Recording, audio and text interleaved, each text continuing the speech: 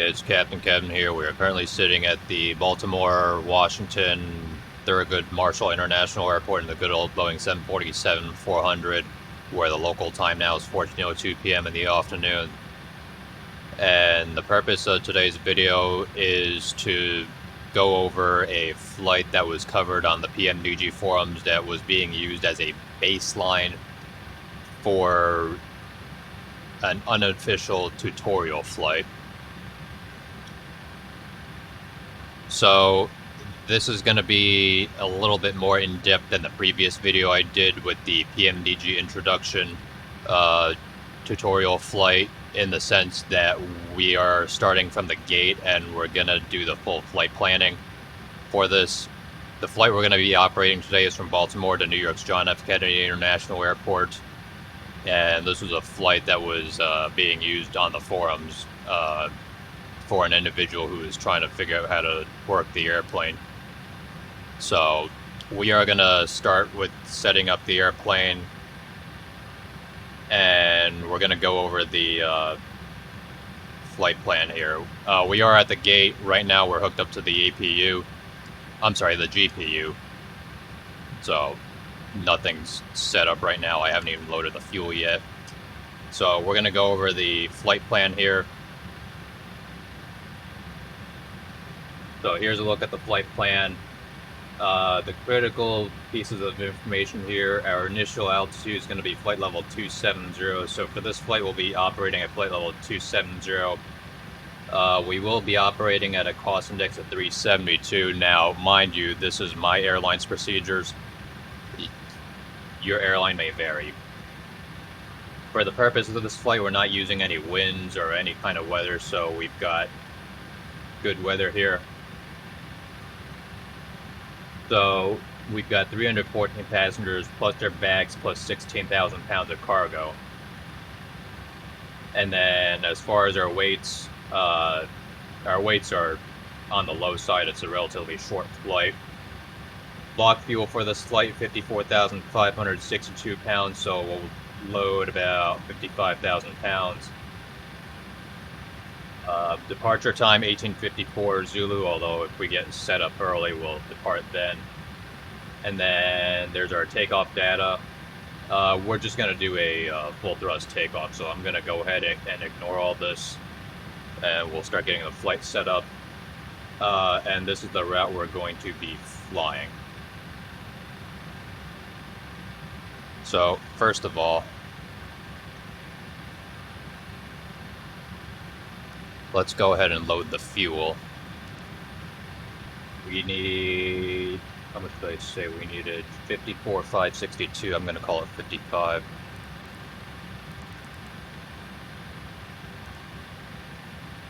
Good enough. And then our payload is going to be where it is now, so it's already set. So I'm not going to touch that. So this is the initialization, or the ident page. I've already covered what's in it, so I'm not going to do that. We're at Baltimore, so Kilo Bravo Whiskey India. I don't think this is going to work, but you could try it if you wish. I think nowadays they don't really... Oh, wow, that worked. Nowadays, from what I've heard, doing that's not necessary, but we're doing it anyway. So I'm assuming you're familiar with how to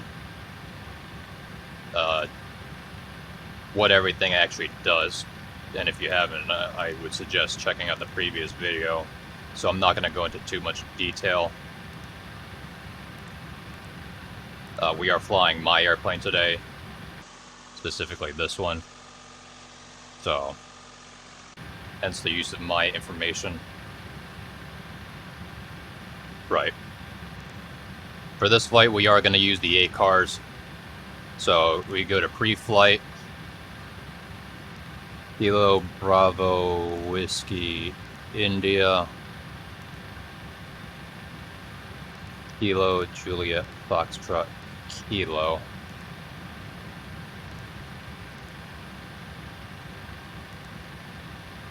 We're going to depart 1854.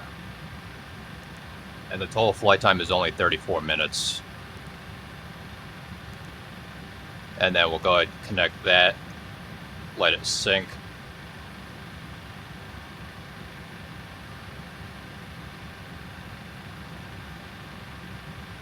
And now it's just playing the waiting game.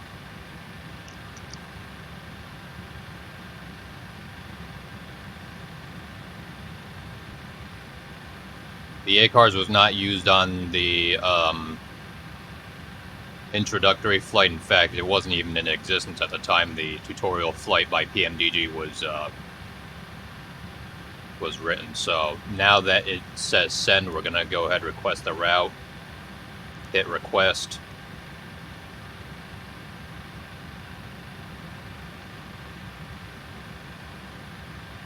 And then we're going to wait.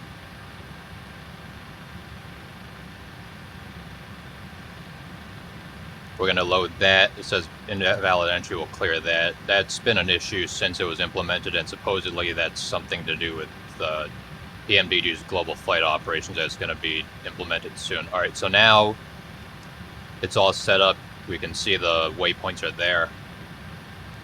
We go to the departure page. We're going to take off from runway 15 right, as that was the basis for the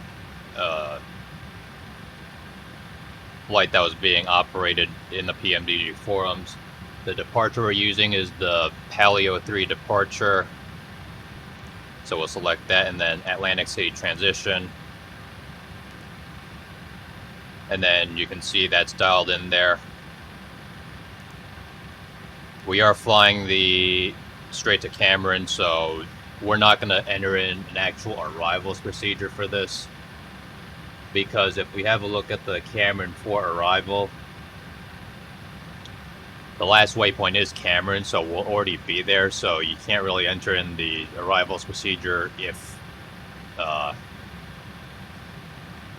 you know, we're at the end. That being said, there is a speed and altitude restriction at Cameron at 250 knots, 11,000 feet, so when we get to that point and verify the route, we will add that in. But we will be flying the ILS runway 4 right, so I'm going to dial that in. Have a look at the route, and as you can see, we have a discontinuity.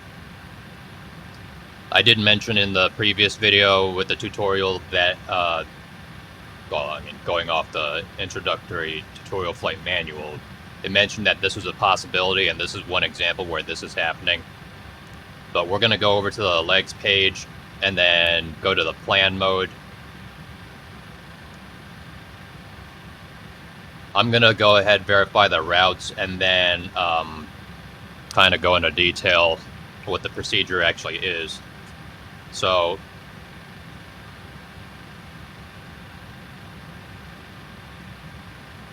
Paleo 3 departure, we initially have radar vectors. So we click step. That's going to take us to Paleo because we have radar vectors. We're not going to delete that just yet. Typically, air traffic control would give us instructions, and then once air traffic control tells us clear direct Paleo, then we'll deal with that. But we don't have air traffic control, but we'll deal with that later on. So Paleo is the first waypoint, then Speak, Donil, Atlantic City, and that's the end of the departure procedure. And then after that, we're flying along the Victor 229 airway to Pans. So Pans, and then Victor 44 to Cameron. So Wink, Cars, Gamby, Cameron. At this point, I'm going to dial in the altitude and speed restrictions. So 250 at 11,000. Now, had you been entering in the actual approach, I would already do it, but since we couldn't enter the actual approach because we were only on that one waypoint, it wouldn't have worked out here. Now you can see we have discontinuity, and that's going to take us to Zettel. This is the point where air traffic control would just vector us to the final approach. In this case, we're going to go ahead and clear it. So to do that, you type in Zettel, or just line select whatever waypoint it is. In this case, it is Zettel, and then drop it into the previous one, and you'll see now it's connected. So if we go back to the plan page, you see Cameron, and then it basically connects to Zettel, and then Ebby, runway 4 right, and everything kind of adds up. So now we're going to activate the route.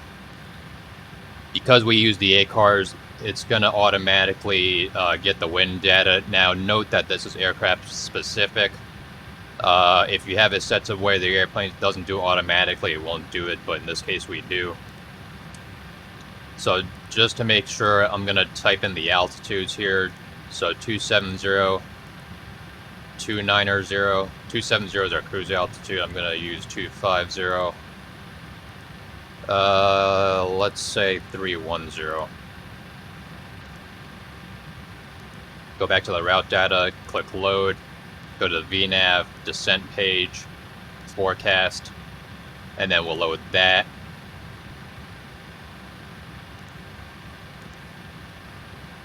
Oh, well, we have no winds, so it didn't really matter, but if we had winds, it would give it to us.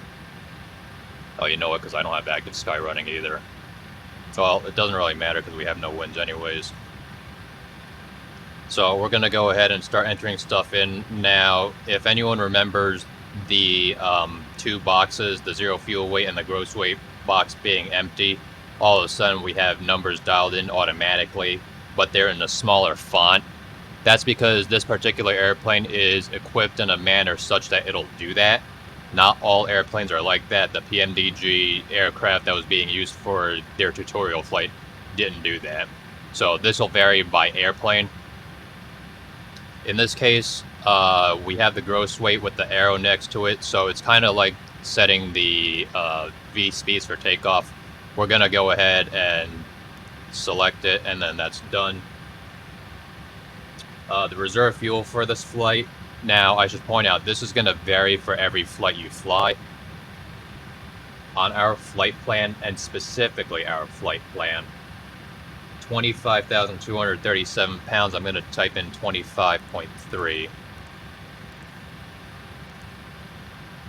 Again, whatever flight planning software you use, whether it be PFPX or SimBrief, it's going to show up on your flight plan, so just use whatever it gives you. So do not use the exact values here unless you happen to get those exact values.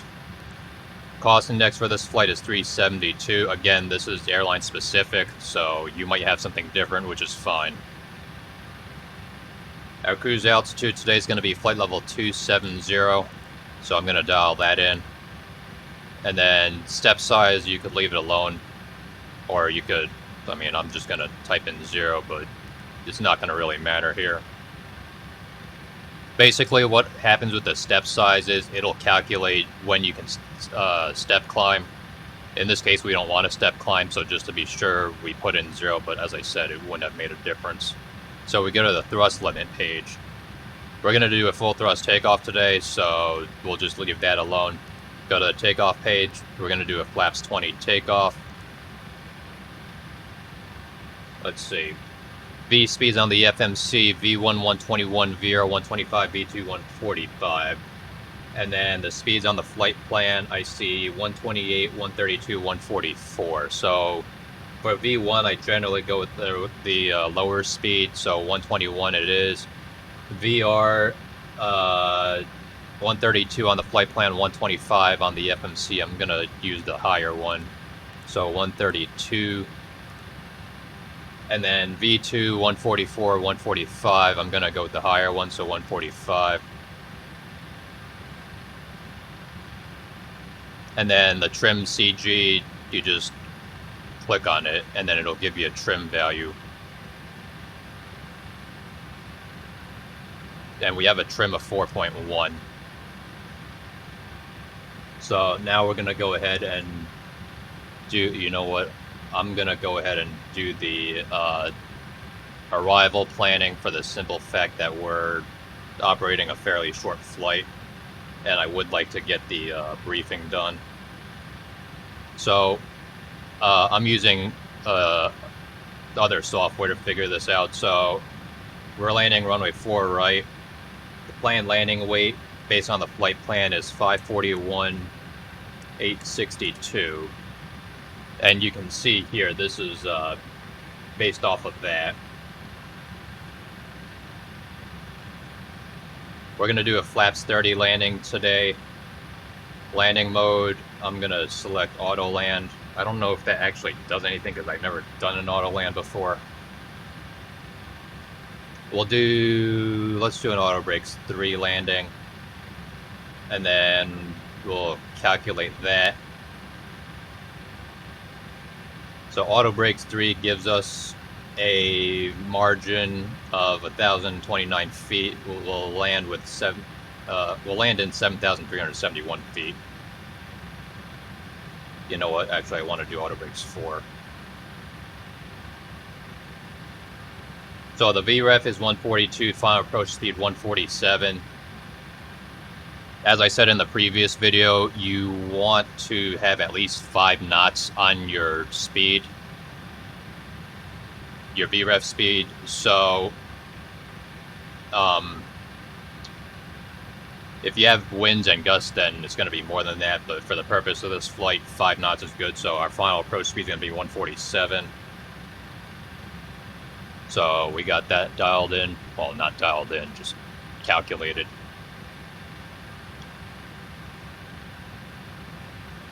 All right, now that we got that sorted out, let's go ahead and do the departure briefing.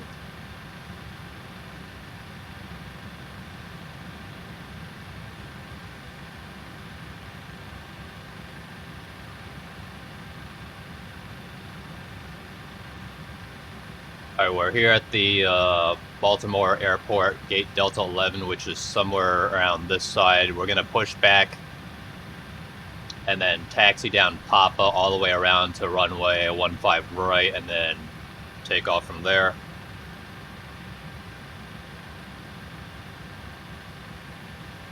We're flying the Paleo 3 departure off of runway 15 right, so we'll fly runway heading, according to the chart says, fly runway heading for vectors to transition or assigned route.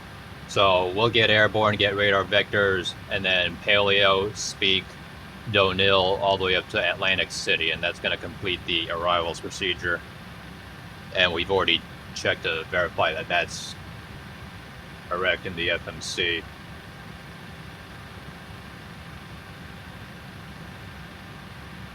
As far as the arrival, as I said earlier, we are going to be crossing Cameron at 250 knots, 11,000 feet, and then radar vectors to final approach fix in use. So it's the very end of the Cameron 4 arrival. And then we're going to be flying the ILS runway 4 right. The ILS frequency 1095, identifier India Juliet Foxtrot Kilo. The final approach course is 044. In the event of this approach, we'll climb to 800 and the climbing right turn to 4,000 feet, heading 099 and Victor 44 to Deer Park, and then hold. And that's depicted over here. You'll see what you're supposed to do for reference. The MSA is 2,000 feet. We're supposed to have happy lights on the left side of the runway, but I've never seen them before in the scenery that we're using. We're going to be doing a Category 3 auto land, so there's no decision height or anything. Basically, we'll just get the airplane down on the runway.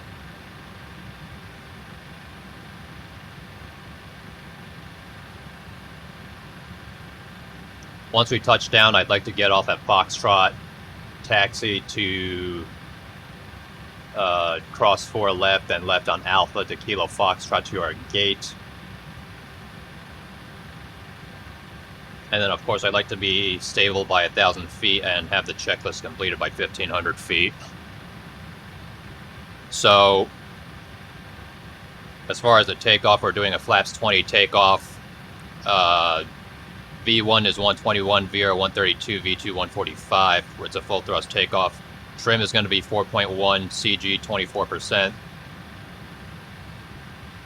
So below 80 knots we'll stop if we get any kind of indication. Above 80 knots below V1 we stop for fire, failure, hydraulic or safety of flight issue. Above V1, we only stop if we have a safety of flight issue. Otherwise, we'll get the plane up into the air and deal with the problem in the air, if we're lucky enough to get the plane into the air. In the event of a rejected takeoff, I'll call stop, close the thrust levers, pull the thrust reverser, then you make sure that the thrust reversers are deployed, speed brakes deployed, notify ATC. And then in the event of an engine failure, we get the plane up into the air. It says here at 3 DME from Baltimore, left turn to Boast. So we'll go ahead and do that. We are fairly light. Takeoff weight 555,279 pounds. So we're well below the max landing weight of 630,000 pounds. So we're not going to have to worry about dumping fuel. If we needed to come straight back in, we could easily do that too. I think that about covers it for the both departure and arrival briefings, unless any of you's got any questions, concerns, comments, or compliments. Bear in mind, if you're flying a much longer flight, you would only do the departure briefing at this point, but because this flight is so short and we're quite busy, I'm doing, in the interest of time, I'm doing both at the same time. So we're going to go ahead and set our MCP. And the runway heading is 156. We have a top altitude. I just completely eliminated it.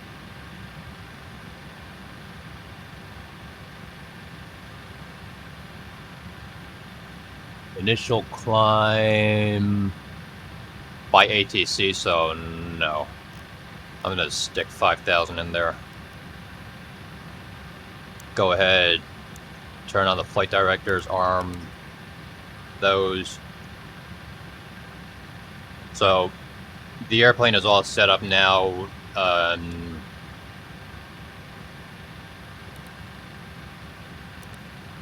We verified that all the doors are closed and the gear temperature, I'm sorry, the brake temperatures are good, within limits. So we're gonna go ahead and start getting the airplane ready for departure. So first we're gonna go ahead and turn on the fuel pumps, and then we're gonna go ahead and start the APU, get the hydraulics set.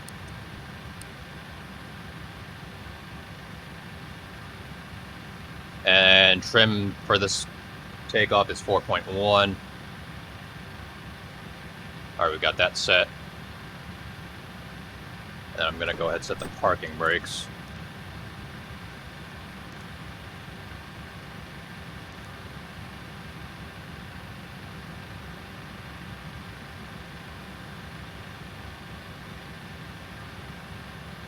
All right, pre-flight checklist.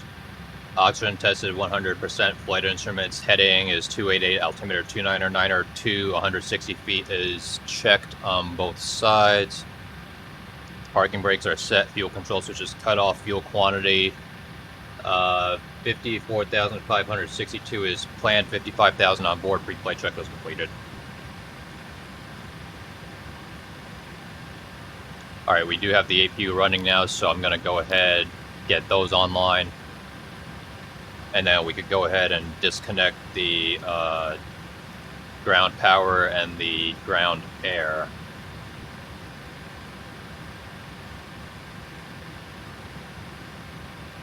And then go ahead and release the chocks.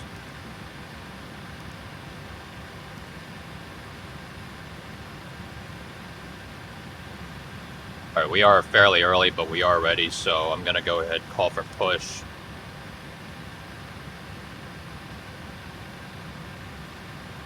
And then we'll do the before start checklist. So before start checklist, flight deck door close and lock, passenger signs are on, MCP V2 is 145, heading 156, altitude 5,000, takeoff speeds V1 121, VR 132, V2 145, CD pre-flight is completed, trim is 4.1 units, 00, taxi takeoff briefing is completed. Beacon is on both before start checklist completed.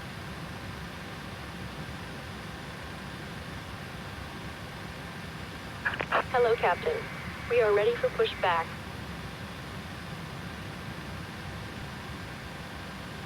You'll note that I waited to start the APU until I was actually ready for departure, and that's because at most airports, they don't want you Departure checks completed. Bypass pin inserted. Constantly running the APU because of noise, even though airplanes are already loud enough as it is. But also the APU burns quite some fuel, so.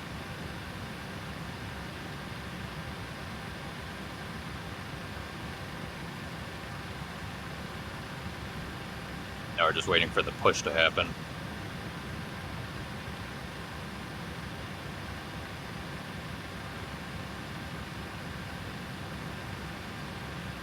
Locking gear.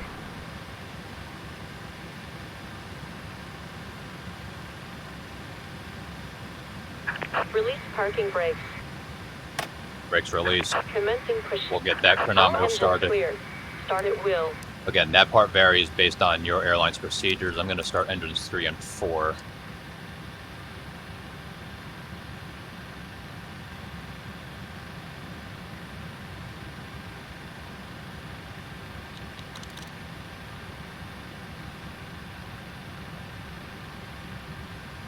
You can see we have 193 miles for this flight.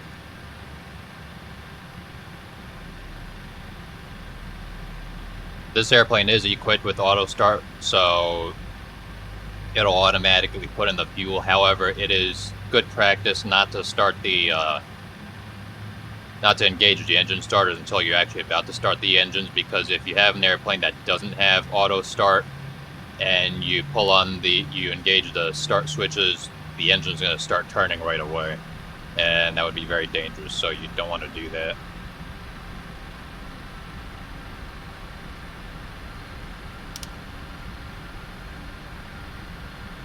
Alright, we can go ahead and start engines 1 and 2.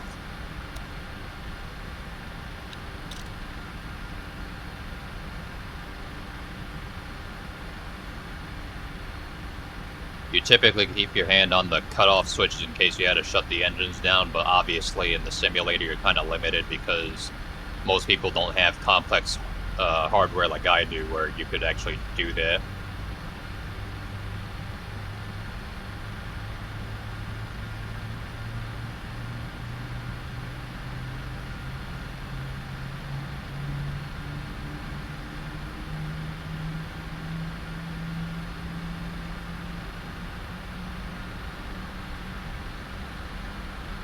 Set parking brake. Brake is set. Waiting your confirmation for a good engine start. If you would confirm good engine start, please. Flight deck to ground, we have good engine start, you are clear to disconnect. Unlocking gear. Flaps 20. My flap handle was in the wrong position because yeah, that was from the previous video I was just doing, so that was my bad, but... Right. We can shut the APU off now.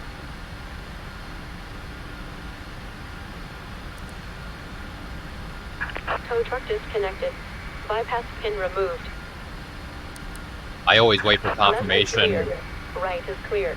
I always wait for confirmation before I actually go from auxiliary to auto, because otherwise you don't want to have a situation where, you know, they're still down there and you don't know that. Alright, we're going to go ahead, wait for the flaps to go to 20. And then I'm going to go ahead and do the flight control check.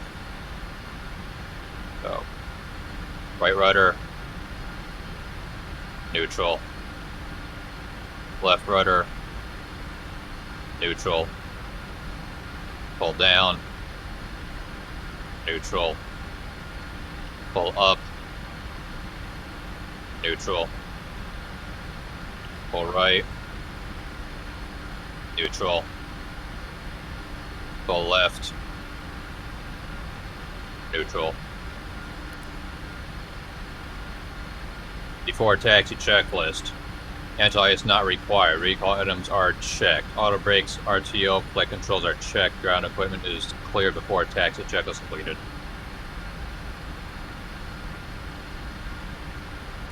Yeah, basically you hit the recall button, and if nothing comes up, you're good. So now that we're pushed back, we could go ahead and taxi out.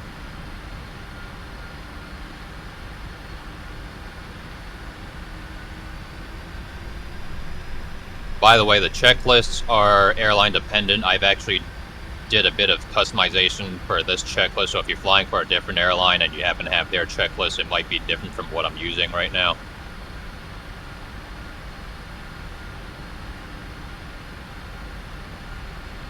Clear on the left, clear on the right.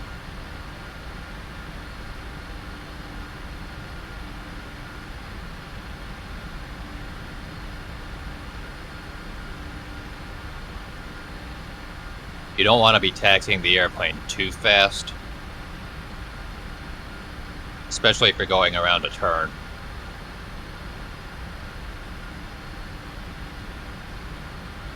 We're only doing about 8 knots right now, as indicated on the lower left corner of the primary flight display.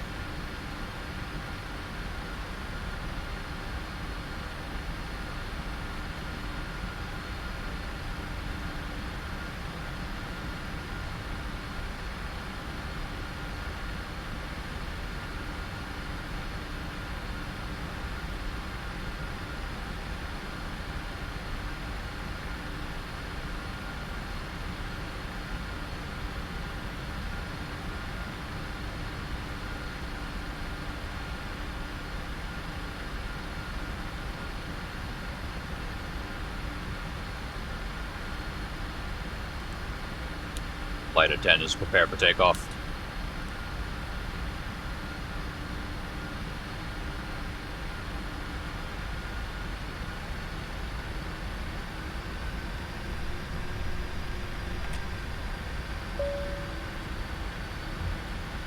Cabin's ready for departure.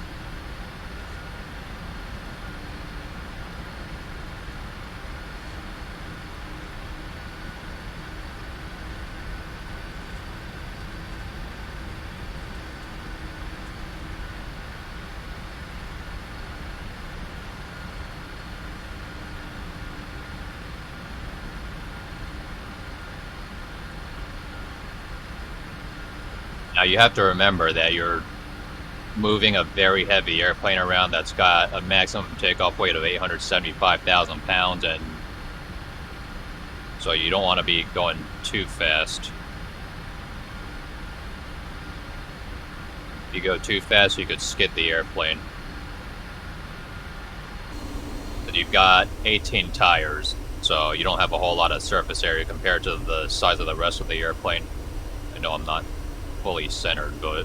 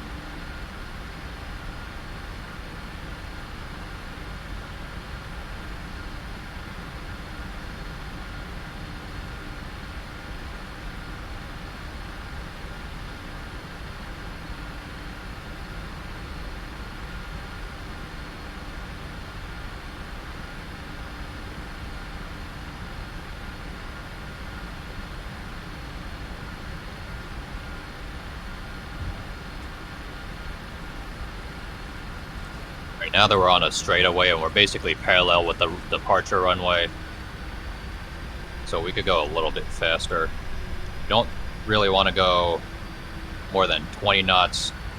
I mean, 30 knots is about the absolute maximum you want to be going at, but we'll keep it below 20.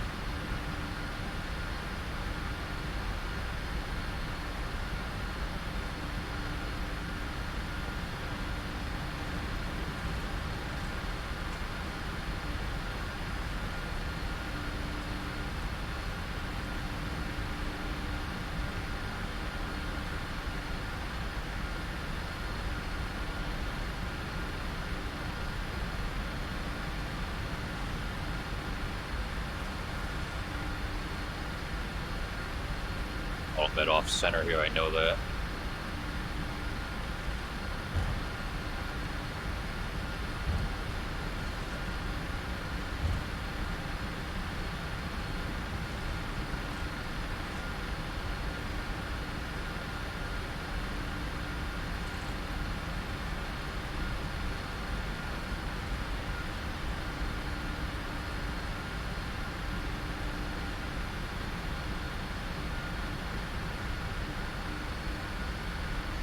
Apply a little bit of thrust.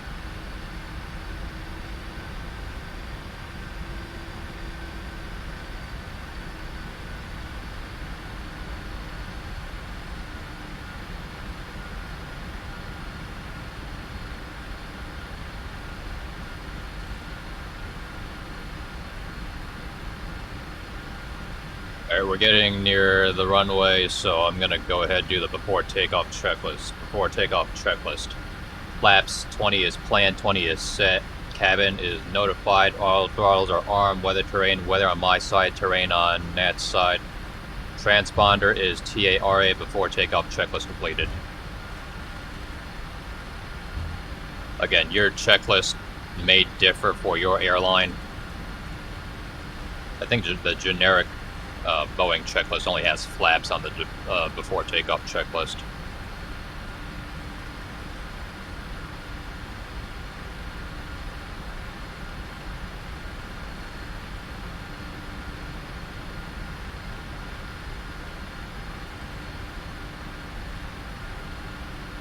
Alright, I'm going to go ahead and turn on the lights. I'm going to turn on the landing lights and the strobe lights. Your airline may have you turn on all the lights, including the turn-off lights, taxi lights, and wing lights. If that's the case, go ahead and turn those on, but again, that's airline specific. And let's say we're clear for takeoff, so we'll check for traffic. We're clear on the left, clear on the right. Now, when you're taxiing onto the runway, you don't want to be wasting whatever runway you have. So when you line up, you have to do it very carefully. And then if you're just rolling down the runway, you don't want to roll too far down.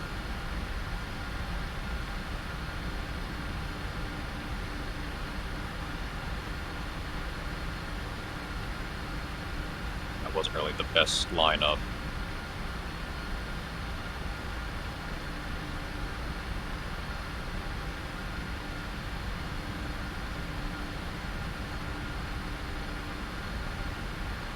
Alright, that's going to be good enough for the time being. You'll notice that if I'm stopped on the runway, I'm just stopped here.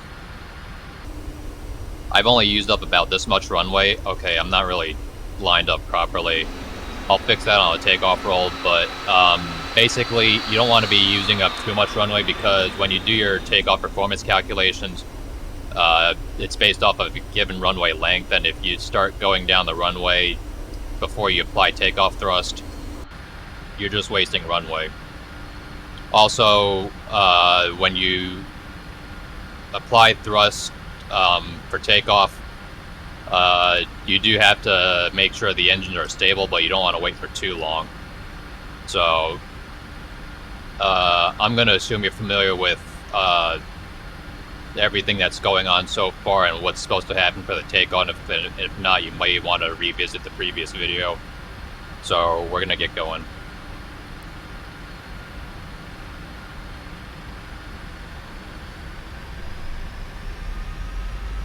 Stabilized. Thrust ref. Airspeed alive. Thrust set. 80 knots. Checked. V1. Rotate. V2. Positive rate. Gear up. LNAV.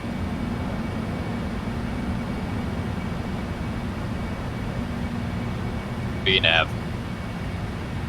You don't want to exceed 20 degrees pitch up. I know the flight director does that, but you don't want to exceed 20 degrees pitch up, because otherwise it's not going to be very comfortable for the passengers. And now we're above 1500, so we're going to go to acceleration height. I'm sorry, 1500 was our acceleration height, so we're at climb thrust. Alright, flaps 10, speed check flaps 10. Making sure that the airplane's not going to slow down on us. Flaps 5, speed check flaps 5.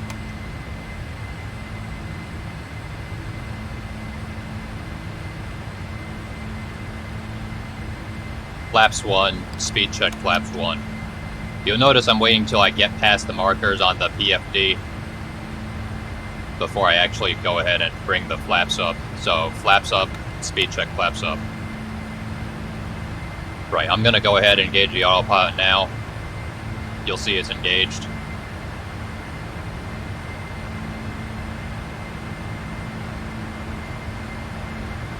So let's say the air traffic controller gives us a clearance, Air Cabin 124 Heavy, clear direct paleo.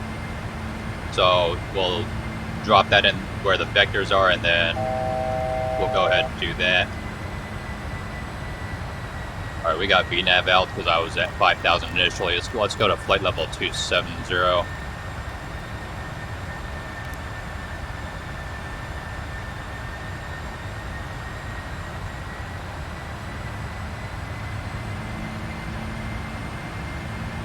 After takeoff checklist.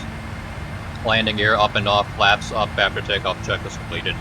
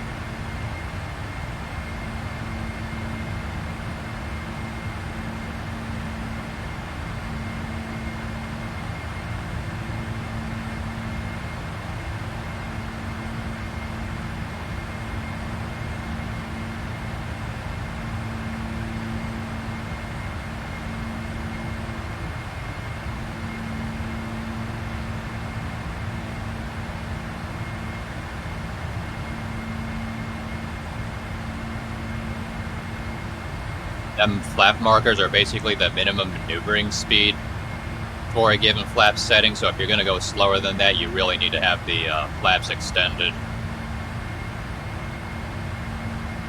Alright, we're climbing through 10,000 feet. I'm going to turn the landing lights off because those were the only lights I turned on. The strobes have to stay on. If you had the taxi lights, wing lights, and runway turn-off lights turned on, this would be the time to turn them off as well.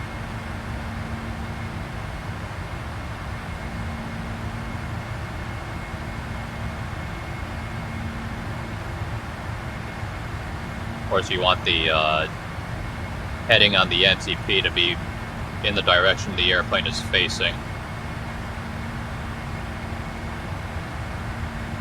And I say in the direction the airplane is facing because right now it's basically going to be the same as the track.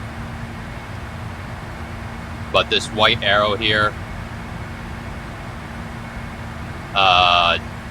that's at the top of the compass rose, if you had any winds,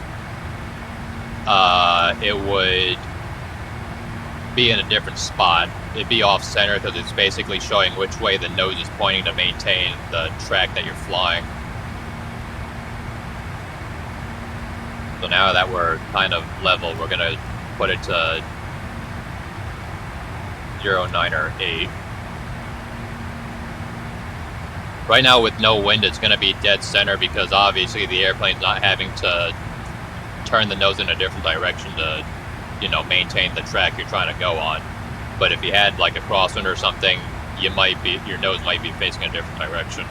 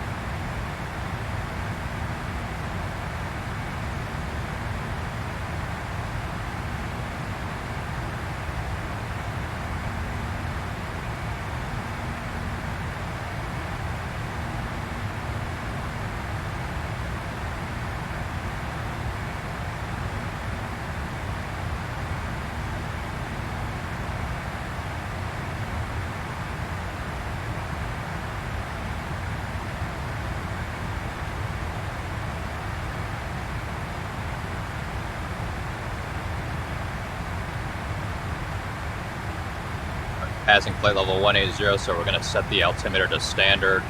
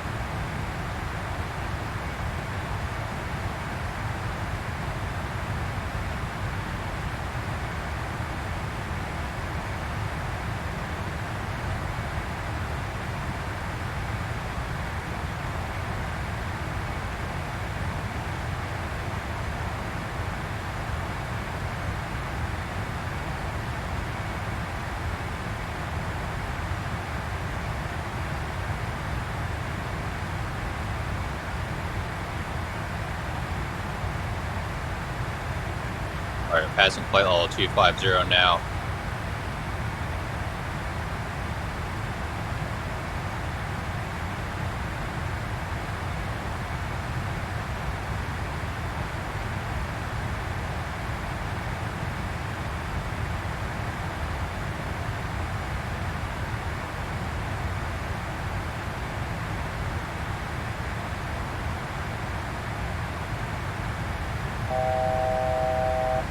One ago.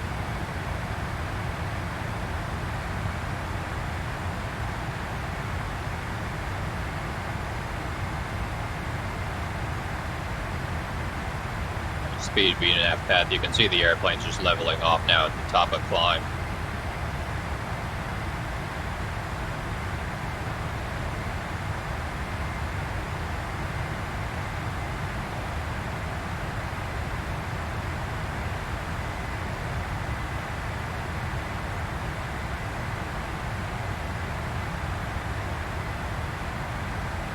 So we're going to descend in 49 miles.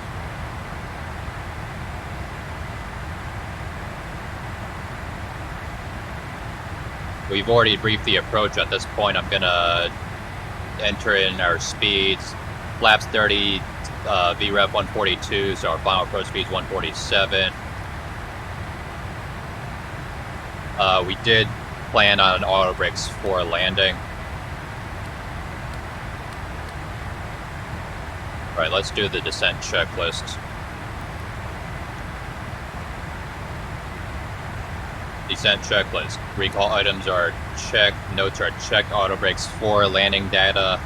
VREF 142 minimums. There are none. It's an auto land for this flight. Approach briefing is completed. Descent check was completed.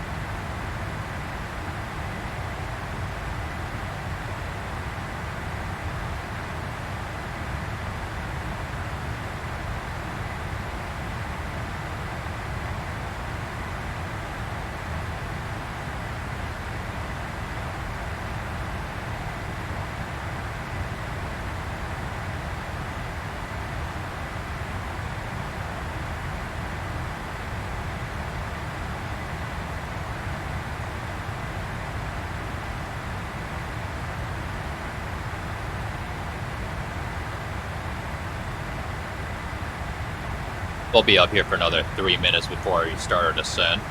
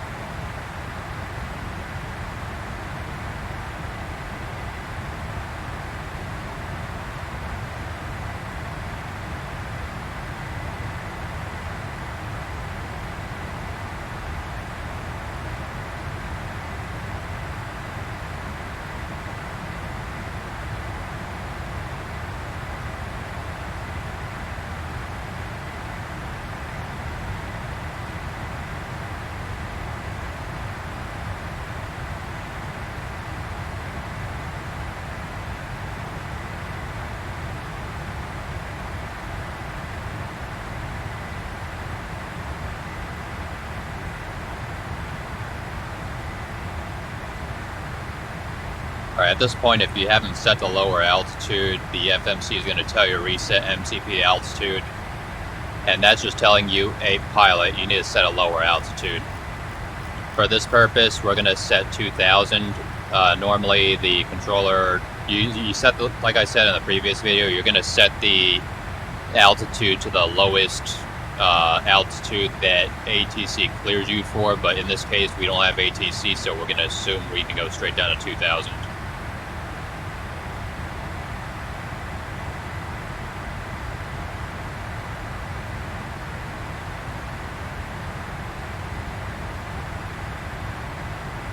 $2,000 just happens to be the altitude we need to be at to cross the settle.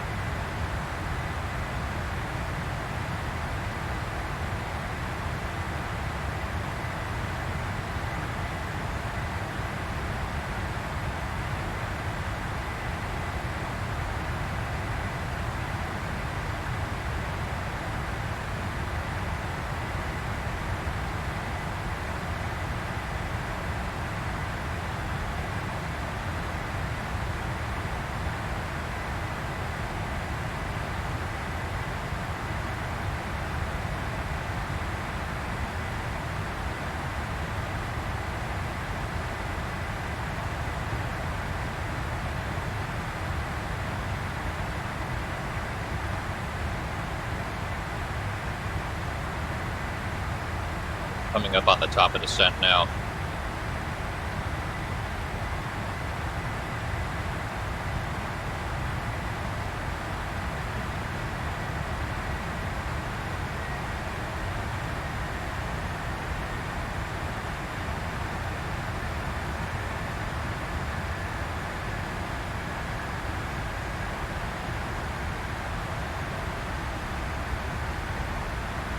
So you'll see the airplane is a bit high on the vertical path deviation indicator, which is on the lower right corner of the navigation display.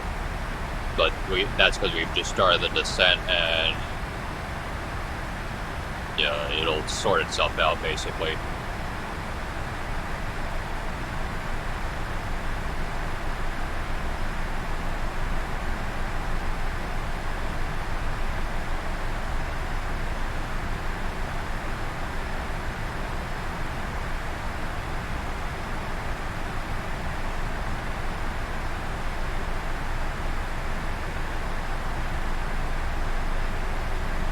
Now would be a good time to get the flight attendants seated.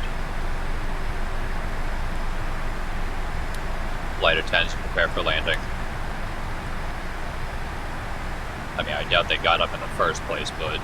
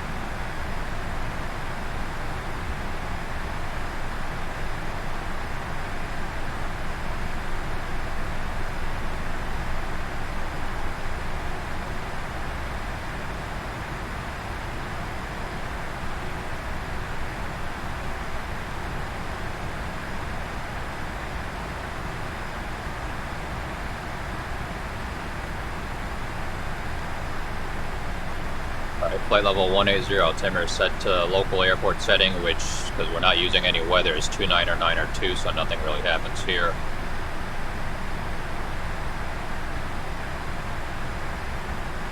Just a heading bug accordingly.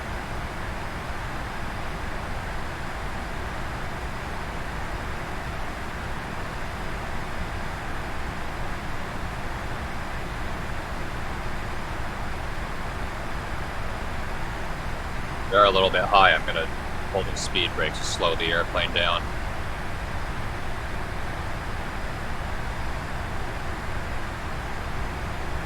I need the airplane to go down. Speed brakes.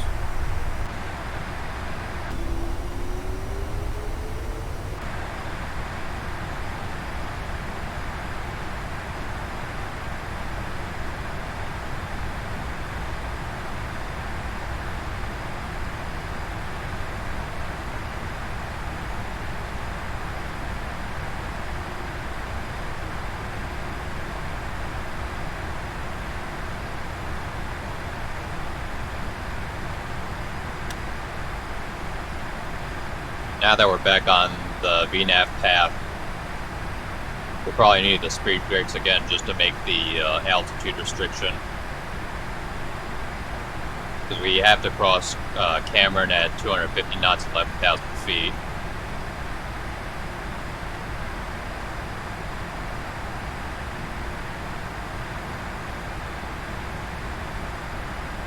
No turning.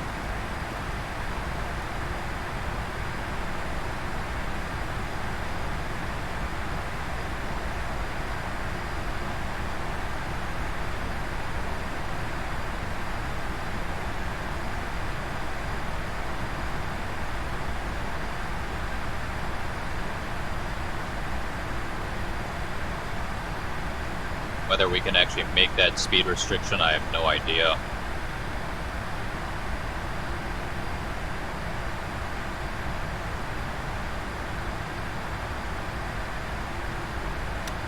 I'm gonna slow the airplane down again, just to be on the safe side.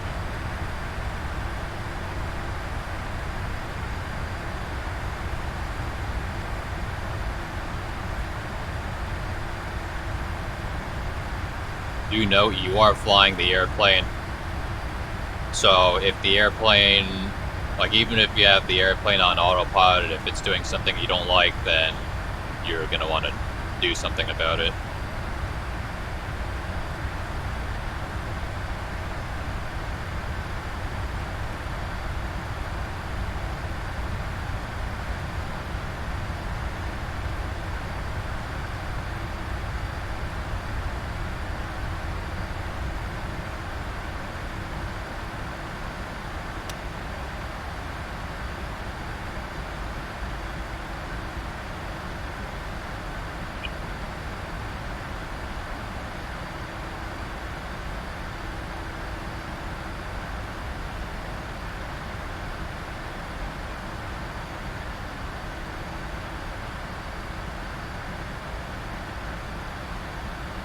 Alright, we are crossing Cameron now.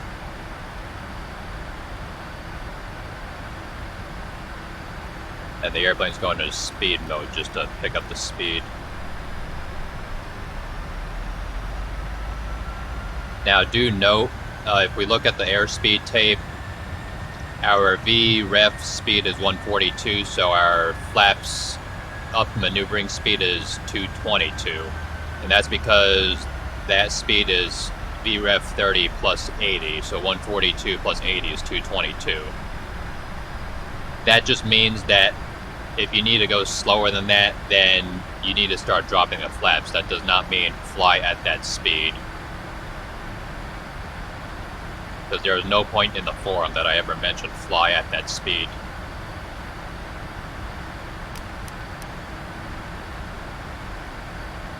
Captain, did we do all of our checklist? I was also late in doing the approach checklist. We should have done this at transition altitude or transition level. Approach checklist altimeter was 2992. 9,660 feet is checked. Approach checklist completed. We should have done that at flight level 180, and I failed to do that. Although I did set the altimeter at the right time, so that was the point when it should have been done.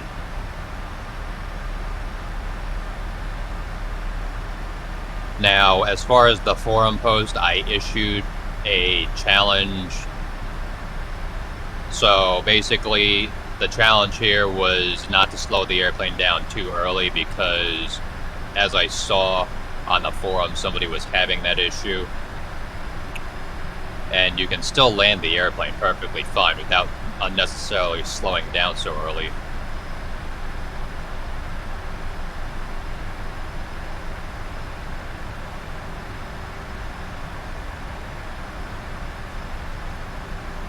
And just to prove my point, that's what we're going to do here. So the initial challenge was slowed to 210 about 15 miles away from Zettel. I'm going to kind of stretch a little bit.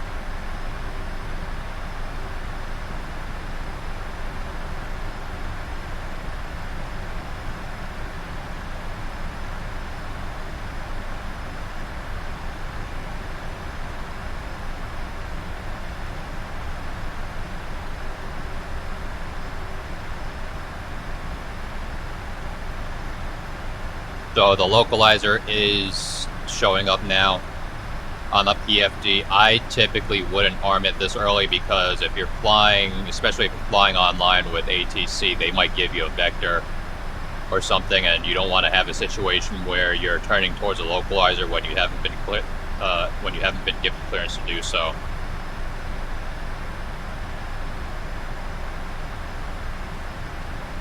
Because anything with aviation you can't do without clearance, so.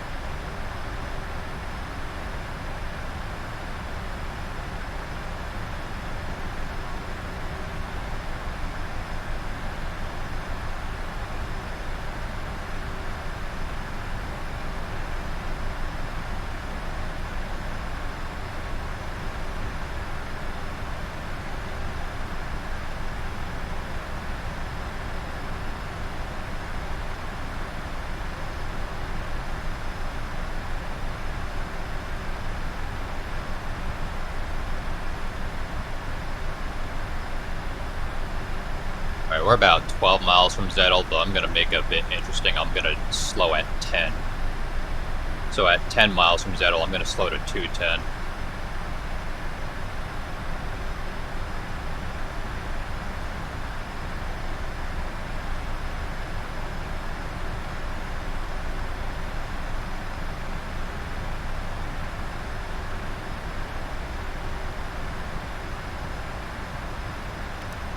Slow to 210 now.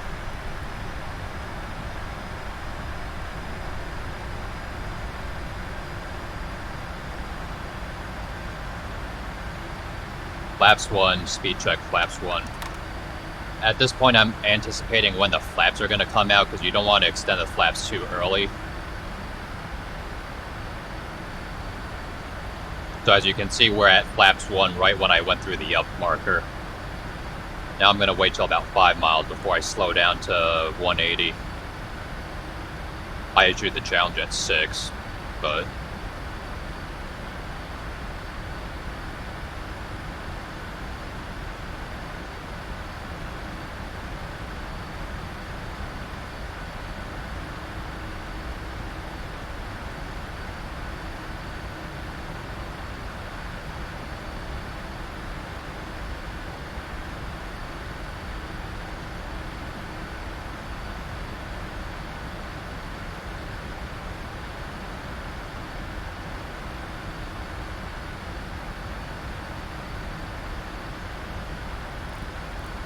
slow to 180.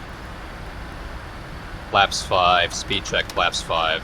The transition from flaps 1 to flaps 5 and vice versa takes longer, so. And we're gonna go flaps 10, actually.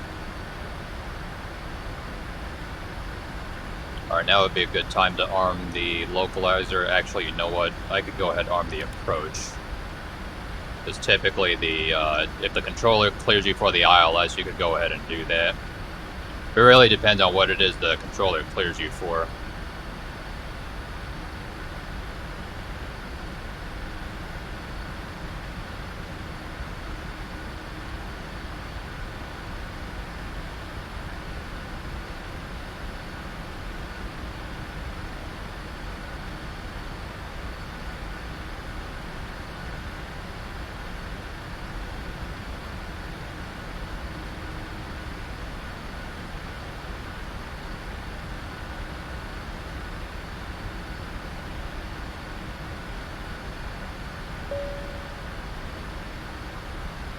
Cabin's ready for arrival. Wanna go.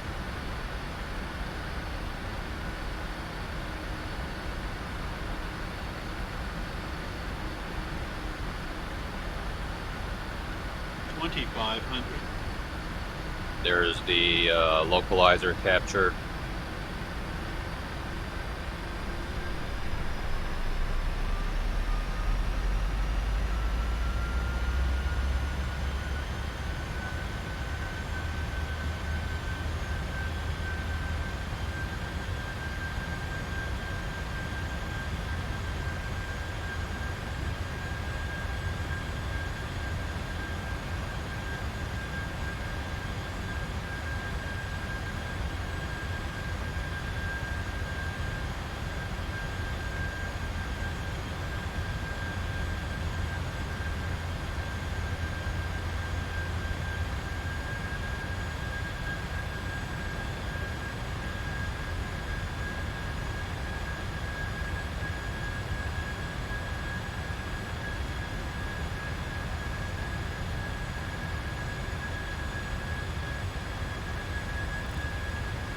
Right, gear down.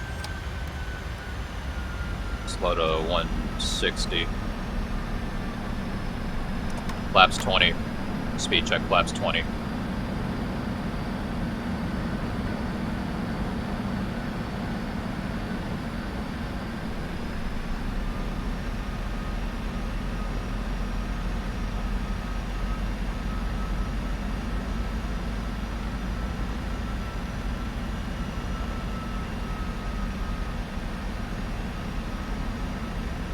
Alright, we're about 4 miles from the runway.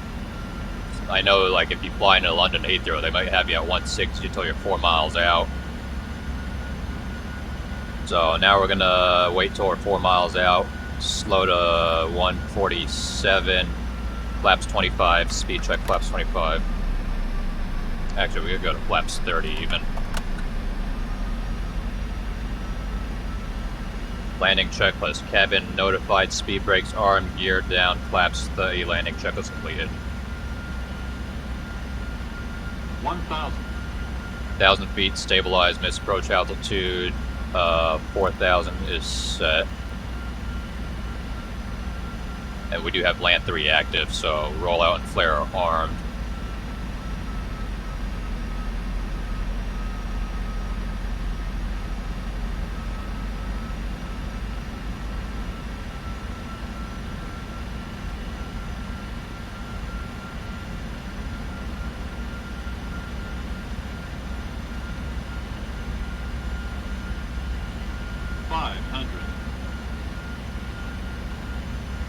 The runway in sight.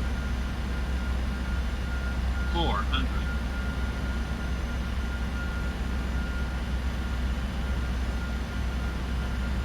300.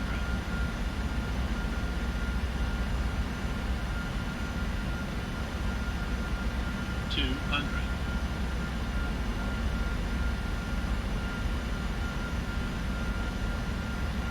100. 50, 40, 30, 20, 10, normal.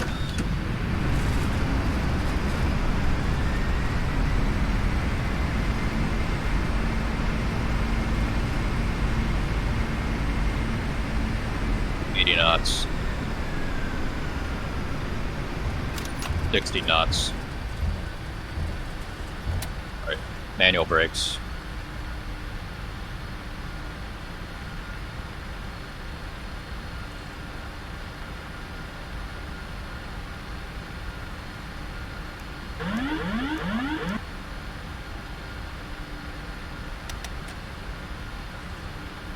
Flaps up. Gonna go ahead and turn the lights off. Well, the landing lights and the strobe lights can come off for now.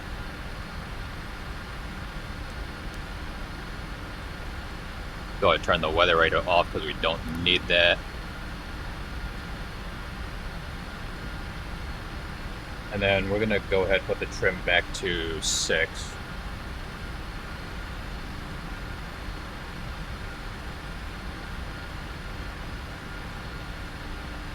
You'd have to look at the trim indicator to do that, but I've got it set up to where I can see it down here, so I don't need to do that.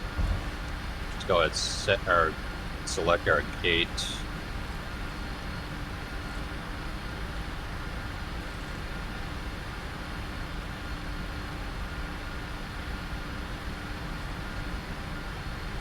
I've not started the APU yet. I will. We're coming up on runway 4 left. If the controller gave us clearance to cross, we would actually turn our lights back on, just so we can be seen. Clear on the left, clear on the right.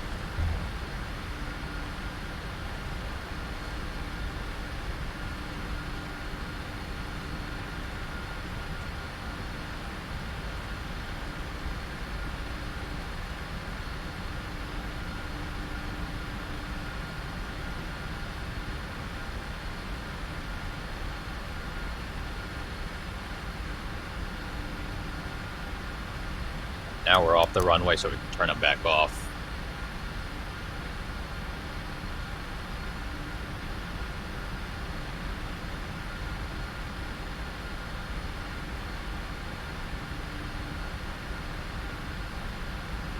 You don't want to turn the APU on too early, because if you do, you're just going to be unnecessarily burning fuel. Now, of course, if you had a really short taxi, like say your gate was like right by the runway, then of course you would want to start the APU as soon as possible, but other than that, it's not really necessary.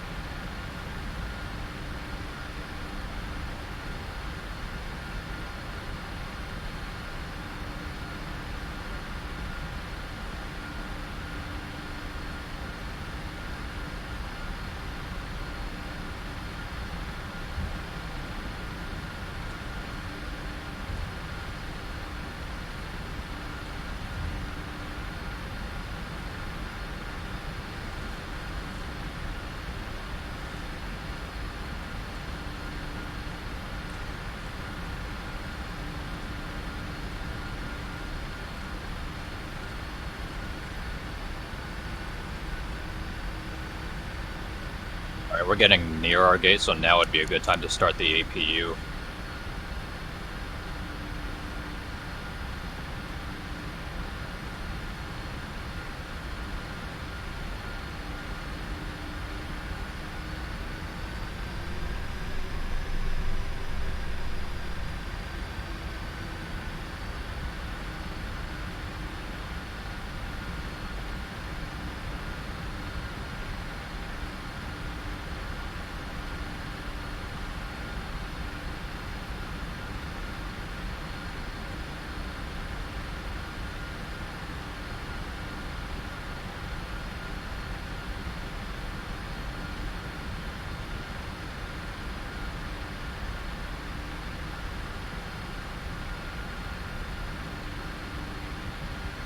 Alright, the APU is running now, so right as we come up on our entry here.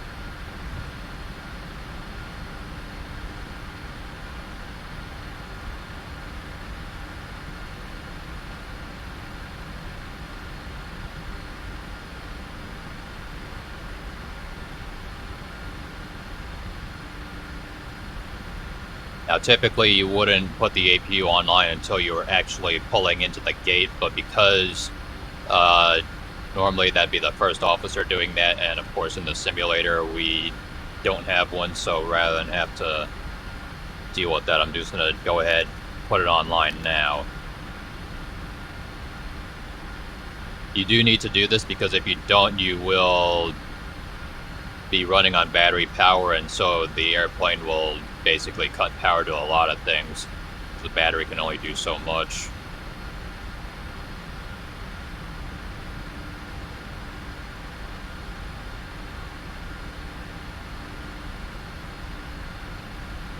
That was a terrible turn.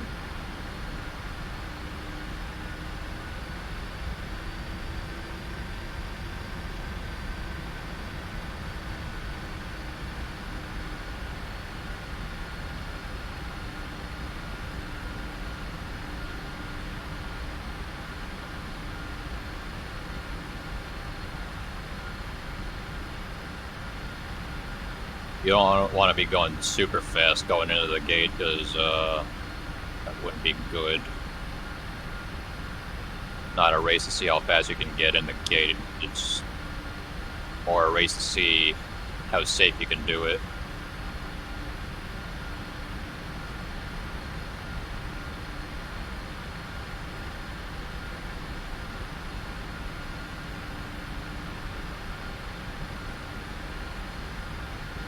Alright, parking brakes set.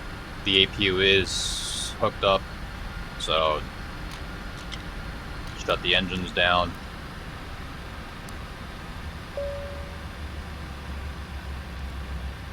And then we're going to go ahead, hook up the GPU.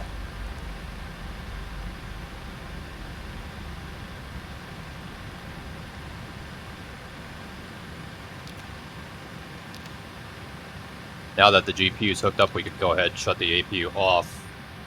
Get the hydraulics off as well.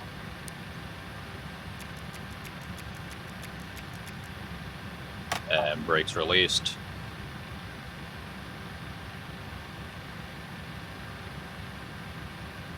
And N2's low enough, we can go ahead and shut the beacon off. Shutdown checklist.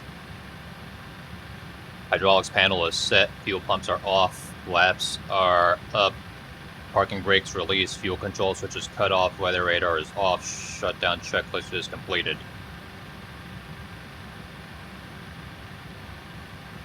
Alright, well, we made it to New York. So total flight time was 33 minutes, gate to gate 54 minutes. If you made it this far and didn't have any issues, congratulations.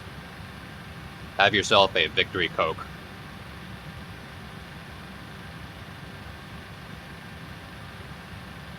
If you don't drink Coke or any soda, it can be something else. It could be water, orange juice, or something else. I don't recommend beer because you really don't want to be flying and driving. That would be, I'm sorry, you don't want to be drinking and flying. That would be bad.